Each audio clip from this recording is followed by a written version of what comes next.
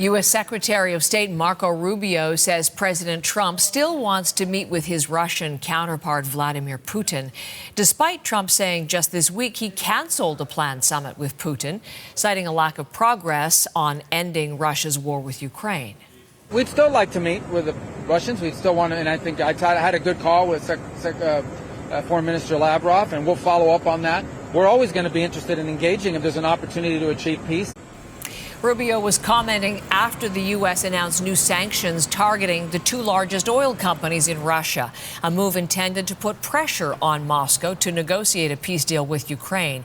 That's a marked policy shift for Trump, who previously said he wouldn't impose sanctions on Russia until European countries stop buying Russian oil.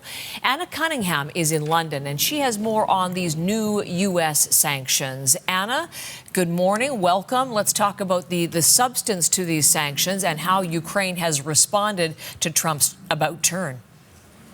Well, Heather, this really is a move that I think President Zelensky, it's fair to say, has been wanting for quite some time. Sanctioning Lukoil and Rosneft, those two big Russian oil companies, really is the first major move that we've seen from the Trump administration made against Russia. The European Union's also confirmed it's now approved a 19th package of sanctions against Russia. They target oil, finance and crypto, as well as diplomats, military and Russia's ally, Belarus. President Zelensky is actually today in Brussels. He's there for a European Council meeting, and he is hoping that the EU will approve a multi-billion-dollar loan funded by frozen Russian assets.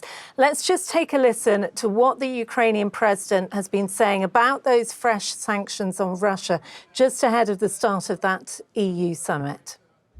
I think that, of course, it's more tough sanctions on Russia.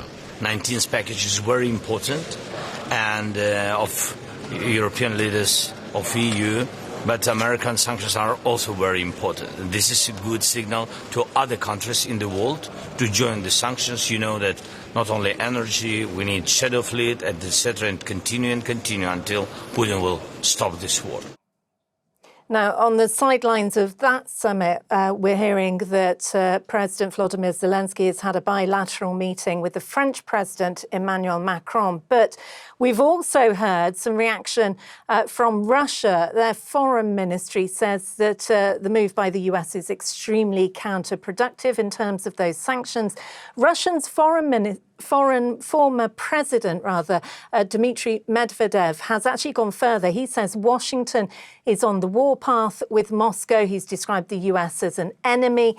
And he's also said that the US president has fully aligned himself with loony Europe.